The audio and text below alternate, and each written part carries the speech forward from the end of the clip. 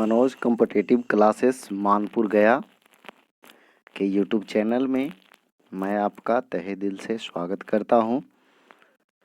देखिए, आज जो है हम महाजनपद आपको पढ़ा चुके हैं, उसी का जो है ऑब्जेक्टिव क्वेश्चन हम लाए हैं, जो बार बार एग्ज़ाम में पूछते रहता है या पूछा हुआ क्वेश्चन है। वो सब हम आपके लिए जो है इस वीडियो में लाए हैं।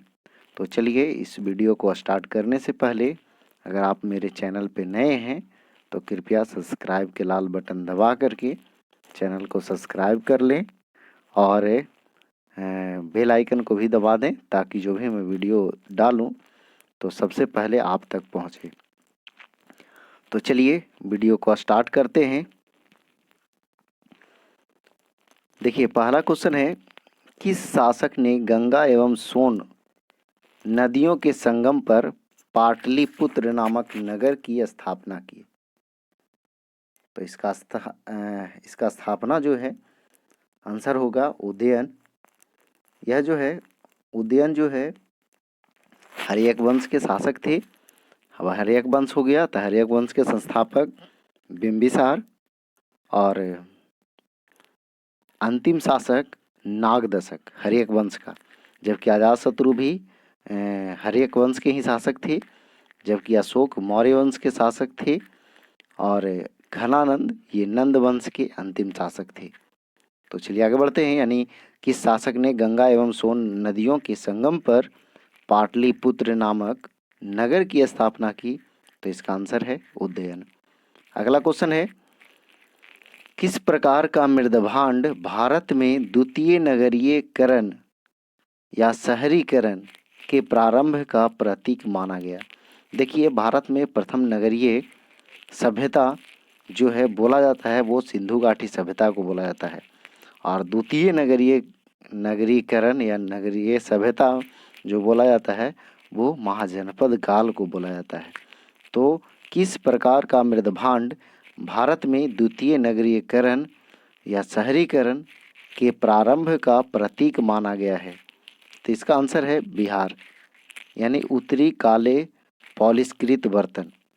तो देखिएगा, ये आंसर काफ़ी इम्पोर्टेंट है। सभी जो भी क्वेश्चन हम आपको करवा रहे हैं सब के सब पूछा हुआ क्वेश्चन है, एग्जाम में आया हुआ क्वेश्चन है, उत्तरी काले पॉलिशकृत बर्तन। चलिए आगे बढ़ते हैं अगला क्वेश्चन की ओर। अगला क्वेश्चन है, पाली ग्रंथों में गांव के मुखिया को क्या कहा गया है? पाली ग्रंथों में गांव के मुखिया को क्या कहा गया है? तो इसका आंसर भी बिहार है, भोजक या ग्राम भोजक। भोजक या ग्राम भोजक। चलिए आगे बढ़ते हैं। अगला क्वेश्चन है, उज्जैन का प्राचीन नाम था? तो इसका भी आंसर जो है बिहार है, अवंतिका। उज्जैन का प्राचीन नाम था तो अवंतिका।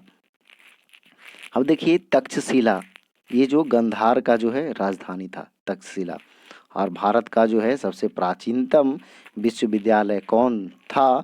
तो तक्षशिला विश्वविद्यालय, जो भी वर्तमान में पाकिस्तान में।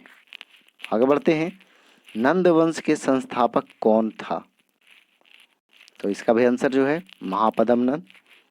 अब देखिए, नंद वंश के संस्थापक जो है महापद्म नंद, जबकि राजधानी जो था पाटलिपुत्र था, और नंद वंश का अंतिम शासक जो है घनानंद थे। अब देखिए, शिशुनाग ये जो थे शिशुनाग वंश के संस्थापक थे, शिशुनाग।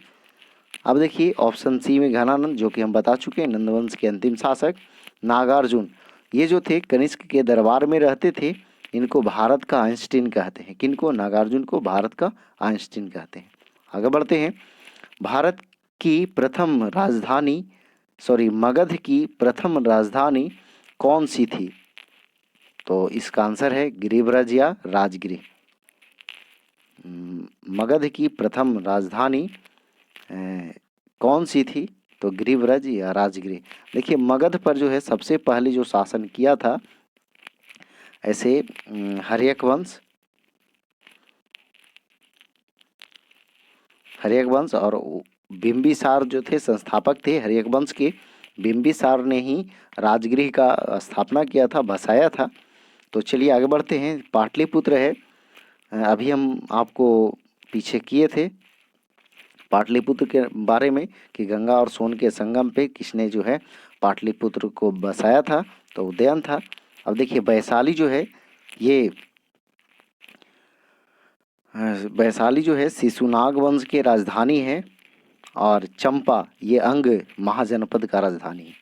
अगला क्वेश्चन है किस शासक द्वारा सर्वप्रथम पाटलिपुत्र का राजधानी के रूप में चयन किया गया, तो इसका भी आंसर जो है उदयन है।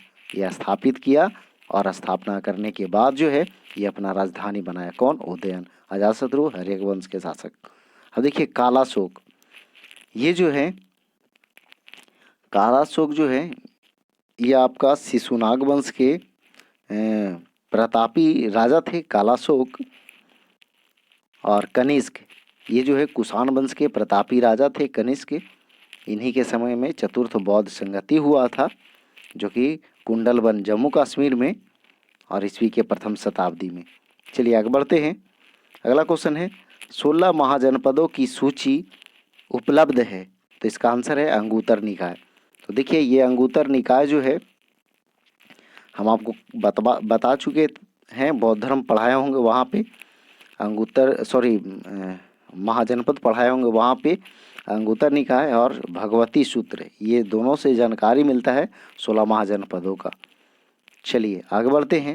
देखिए महाभारत है, तो महाभारत का जो है लेखक वेद व्यास। आगे बढ़ते हैं अगला क्वेश्चन की ओर। निम्नलिखित में से मगध का कौन सा राजा सिकंदर महान का समकालीन था, तो इसका आंसर जो है घनानंद है। तो घनानंद जो है हम अभी बता चुके हैं कि नंद वंश के अंतिम शासक थे और महापद्मनंद नंद वंश के संस्थापक थे। मौर्य वंश के संस्थापक चंद्रगुप्त मौर्य थे और शिशुनाग वंश का अंतिम शासक जो थे नंदीवर्धन। शिशुनाग वंश के संस्थापक जो थे शिशुनाग और अंतिम शासक जो थे नंदीवर्धन थे। चलिए आगे बढ़ते हैं। अगला क्वेश्चन है प्रथम मगध साम्राज्य का उत्कर्ष किस सदी में हुआ था, तो इसका आंसर है 6ठी सदी ईसा पूर्व में। 6ठी सदी ईसा पूर्व में। अगला क्वेश्चन है निम्नलिखित में से कौन राजा और उनके राज्य से गलत है।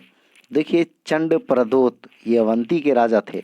आपको याद होगा जब चंड प्रदोत जो है ये बीमार थे, तब जो है ये बिंबिसार अपना वैद्य जीवक को इनके इलाज के लिए भेजे थे चंड प्रदोत के दरबार में। वो अवंती के राजा थे।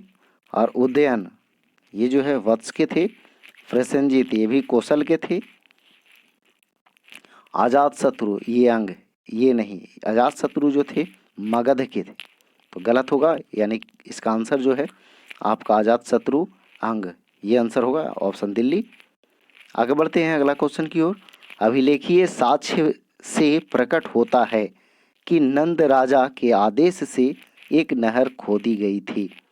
कहाँ में, तो इसका आंसर है कलिंग में। कलिंग जो है इसका वर्तमान नाम जो है भुवनेश्वर है और कलिंग का राजधानी तोसली। कलिंग का राजधानी तोसली और यहीं के राजा थे खारवेल। और कलिंग का युद्ध जो हुआ था अशोक द्वारा लड़ा गया था, एकमात्र युद्ध था 261 ईसा पूर्व में। तो देखिएगा अंग के राजधानी चंपा, मगध का गिरिब्रज या राजगृह और कौशल का श्रावस्ती, जहाँ गौतम बुद्ध ने सर्वाधिक उपदेश दिए थे। अगला क्वेश्चन है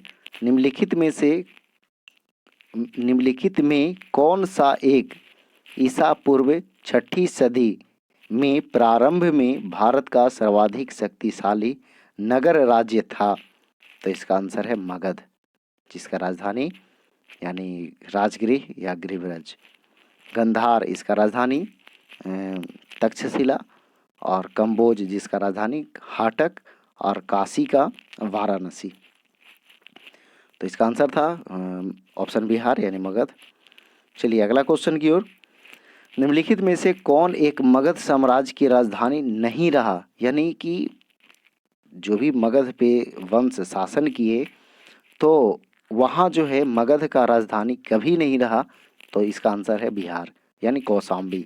कौशाम्बी में जो है नहीं रहा था राजधानी, तो गिरिब्रज या राजगिरी दोनों एक ही चीज़ था, तो देखिए गिरिव्रज कहीं देता है, कहीं राजगिरी भी देता है, पाटलिपुत्र, ये तीनों जगह था, लेकिन कौशाम्बी नहीं था। तो इसका आंसर बिहार होगा, कौशाम्बी, जहाँ मगध का राजधानी नहीं रहा। अगला क्वेश्चन है, मगध सम्राट बिंबिसार ने अपने राजवैद्य जीवक को किस राज्य के राजा की चिकित्सा के लिए भेजा था? तो ये अवंती। अभी हम ऊपर में क्वेश्चन में बताए हैं कि अवंती के हाँ, अवंती के ही राजा थे चंड प्रदोत, और उन्हीं के सेवा में जो है जीवक को बिंबिसार ने भेजा था। तो देखिएगा ये वीडियो जो है छोटा वीडियो था, लेकिन जो भी क्वेश्चन हम करवाए हैं सब के सब इम्पॉर्टेंट है, पूछा हुआ क्वेश्चन है, बार बार रिपीट करता है एग्ज़ाम में। तो कोशिश आपसे यही रहेगा, हम आपसे अपेक्षा यही करेंगे कि ये 15 क्वेश्चन जो हम आपको दिए हैं वो आप जो है याद कर लेंगे, बार बार रिपीट कर लेंगे, ताकि जो भी जो है आपको एग्ज़ाम में अगर प्रश्न आए तो छूटे ना। तो दोस्तों आज भर इतना ही। हमारे चैनल पर लास्ट तक बने रहें, इसके लिए धन्यवाद, थैंक यू। आप मेरे चैनल पे बने रहिए, और अगर आपको अच्छा लगे ये वीडियो लगा तो आप अपने दोस्तों के पास से शेयर भी कर दीजिए, स्टडी रिलेटेड ग्रुप में शेयर कर दीजिए, ताकि ये ग्रुप जो है और अच्छा हो, और मैं आपके लिए काफ़ी रोचक रोचक वीडियो आपके लिए डालूं। तो चलिए, आप स्वस्थ रहें, मस्त रहें। जय माँ भारत।